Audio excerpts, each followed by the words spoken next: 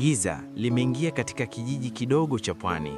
Mwezi ulionekana ukiangaza juu ya maji ya bahari, mwanga wake ukitafakari taratibu juu ya mawimbi madogo yanayocheza kimya kimya. Pembeni ya ufukwe, Juma na rafiki yake wa karibu Ali wamesimama kando ya mtumbwi wao mdogo wa mti. Wakiwa wamevaa nguo zao za kazi zilizochakaa kidogo, walikuwa wakiandaa nyavu zao na kufunga kamba kwa bidii, wakijiandaa kwa safari ya uvuvi wa usiku. Kila mguso, kila hatua ulionekana kwa ustadi na ushirikiano mkubwa. Lakini wakati wao walipokuwa wakiandaa nyavu, ndani ya nyumba ya Juma, jambo jingine lilikuwa linaendelea kimya, lililojaa siri. Mlango wa nyumba ulifunguliwa taratibu, kwa tahadhari isiyoonekana. Amina, mke wa Juma, alisimama mlangoni. Amevaa kanga yake yenye rangi angavu, na uzuri wake unang'aa hata katika mwanga hafifu wa usiku. Kwa mtu yoyote aliyemwona kwa mbali, kila kitu kingekuwa cha kawaida. Lakini ndani ya nyumba kulikuwa na kitu kilichofichwa. Ndani, Alex, kijana mtanashati, alisimama kimya kimya akimshughulikia Amina. Hii haikuwa mara ya kwanza. Amina alikuwa amezoea kufanya hivi. Kila Juma alipokuwa akienda baharini, Alex huingia kimya kimya kama sehemu ya ratiba yao ya siri.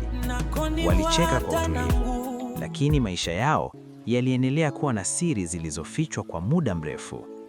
Lakini usiku huu ulikuwa tofauti. Badala ya kwenda baharini kama kawaida, Juma aliamua kwenda kumtembelea baba yake mgonjwa. Ndani ya chumba chenye mwanga hafifu wa taa ndogo, Juma alimshika mkono baba yake. Mzee dhaifu alionyesha dalili za kupoteza nguvu. Mzee huyo alikohoa kwa nguvu, huku pumzi zikimtoka kwa shida. Juma, akiwa na wasiwasi mkubwa, alimshika mkono baba yake kwa upendo, akimpa maji haraka na kujaribu kumtuliza. Kila jambo lilionekana kuwa la dharura, kila sekunde ikionekana kuwa muhimu zaidi.